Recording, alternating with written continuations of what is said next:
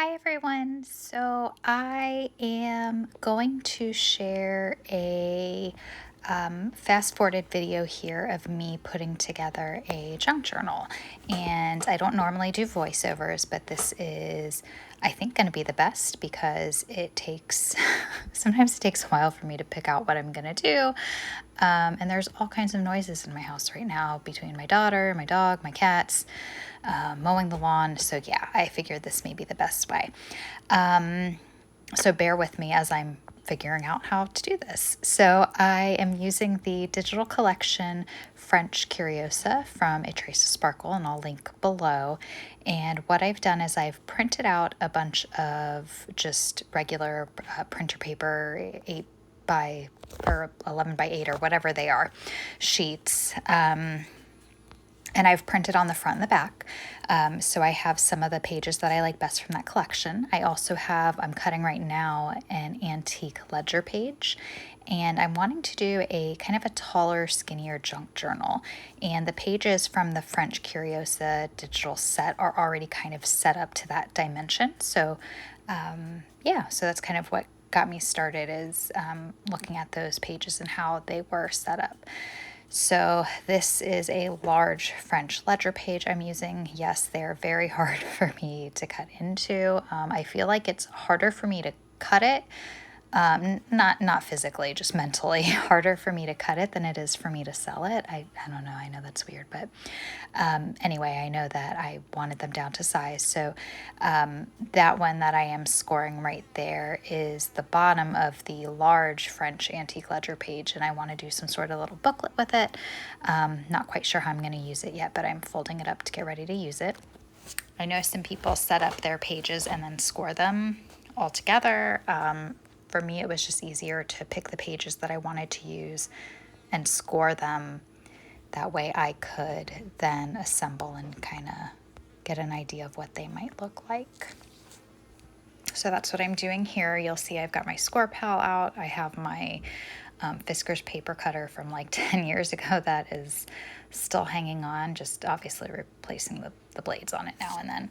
And I am just trimming and scoring the pages that I would like to use in the junk journal. I have not done any decorating yet. I have not collected any ephemera. I just really want to assemble the journal first because that pink page that you see me putting over that, that's definitely the front that I'd like to use. Again, that's from the French Curiosa digital collection set. And what I'm doing is just making sure the pages are kind of fitting not only the look that I'm going for, but also the exact size. So the one I have there is it's a French ledger page.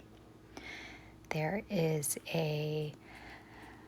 oh gosh, I can't remember the name of that one. I got it from Kate Marshall at Inked Paper Art, and it's Frank somebody. It's a Gazette. It's really cool old newspaper. Frank Leslie, I want to say.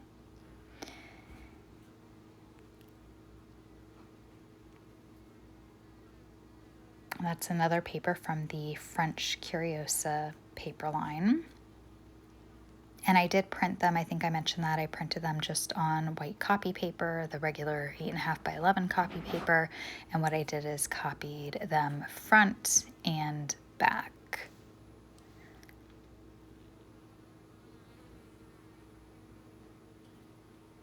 That one is really, really pretty. It's a antique French document that she scanned in. Same with that one.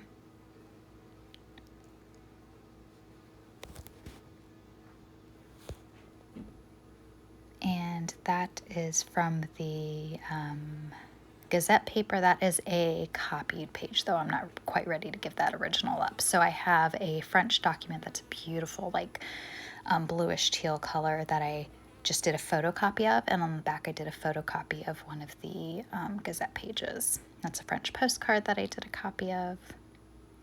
That is a little French invitation card I did a copy of. And there's really no rhyme or reason to why I am scoring them where I'm scoring them, other than, of course, I want them to fit the width of the booklet.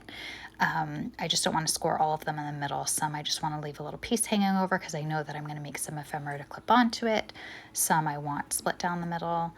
Some I want to make sure I have space for writing, or I want a specific color to show on the left versus the right. So I'm just looking at it as I go.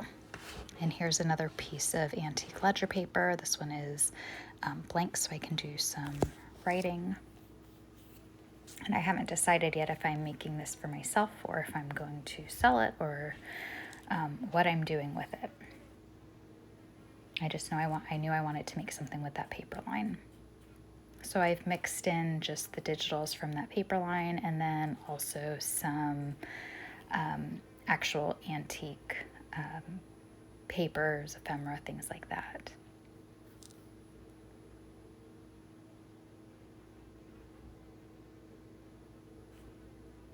Something that's funny, has nothing to do with the video. I chose to do a voiceover because there was so much noise in the background when I was actually filming this. Right now there are about 15 flies in my house. I have no idea why there are so many flies in my house, but I hear one of them just buzzing around behind me, so I'm really hoping it's not picking up in the video. If it is, I'm sorry. Oh, so I have here, I'm ready to actually start assembling it. So I have the papers where I want them to go. You'll see later I actually go in and add quite a bit more, but I have a good start. So what I'm doing here is I'm paper clipping, using these large paper clips that my friend Steph gave me. Thank you, Steph. And I'm going through and flipping to see kind of how everything looks. I like to have a balance of, the different antique documents as well as the printed ones. And I like it, but I think it needs a bit more. So you'll see here pretty soon I'm going to rearrange a couple things and start a new video. Okay, so here is the second part of the video. And what I've done is I've actually added the pages, and I'm so sorry, I've added them before I turned the camera on. You'll see I have, I love that pink antique French bill. There's a American antique pink bill, and those are the actual colors. Those are actual ephemera. There's some handwritten pages that are in there, the Gazette page, and then more digitals. Oh, that onion skin paper, love it. Okay, so I've got it to the point where I want to bind it, and that's when I turn the camera back on. I'm going to use these large paper clips that my friend Steph gave me, and what I'm going to do is kind of line up the papers here, make sure that if I want them to be in the middle, they're in the middle. If I want them to be at the top, bottom, wherever, they're lined up where I want them to go, and then I am going to paper clip everything together to get ready to bind it. There are obviously lots of different ways to bind. I have just one way in particular that I've tried a couple of times. That's what I'm going to go with. I have a little punch tool that I got from Michael's or one of the craft stores that I'm going to use, but first I want to make sure that I have the holes equally spaced out. The tutorial I've seen doing this before, there are typically 3 of them, but I'm going to do 5 just because I want to make sure that any of the ephemera that is just at the top or just at the bottom I am including in the binding so that it doesn't fall out.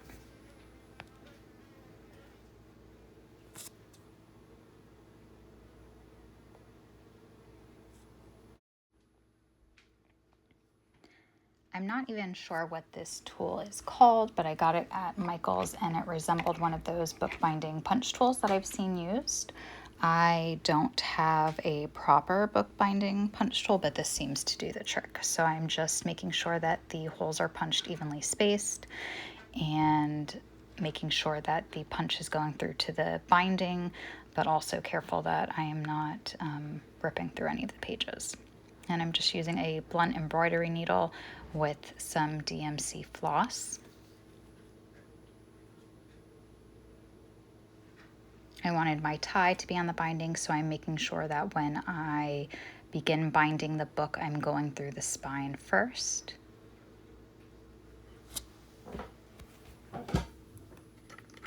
And I'm looking at the punch tool now. It's just a Recollections punch tool, and I'm not even sure what the purpose is, but it works great as a bookbinding hole punch. I forgot to mention, so I can mention it now while I'm doing the binding process, there was an onion skin paper that was in the very front of this book, and I wanted it to be against the covers. Onion skin, if you've ever worked with it, is very, very thin, very delicate. I knew it would not stay. Just with the binding alone, it would easily just kind of fall apart. What I did is I reinforced the middle of the onion skin with a part of the antique ledger page that was a bit sturdier, so that when I did the binding, that part would stay. Now, whether or not the sheets are actually going to stay, we'll see, but I know the binding part will stay because it's reinforced. So I found the book. I'm going to take off the paper clips. I'm going to flip through to make sure that I like the look of it. I hope so, because I've already bound it. You can, the nice thing about this binding though, you could always just cut the string and rebind it if you're really dead set against something, but I do like the look. I like that being the center page. It's such a beautiful digital. There's a couple of antique book pages.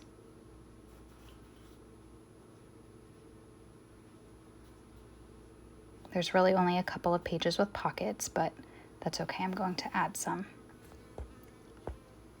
And that's it. Thanks so much for watching, guys.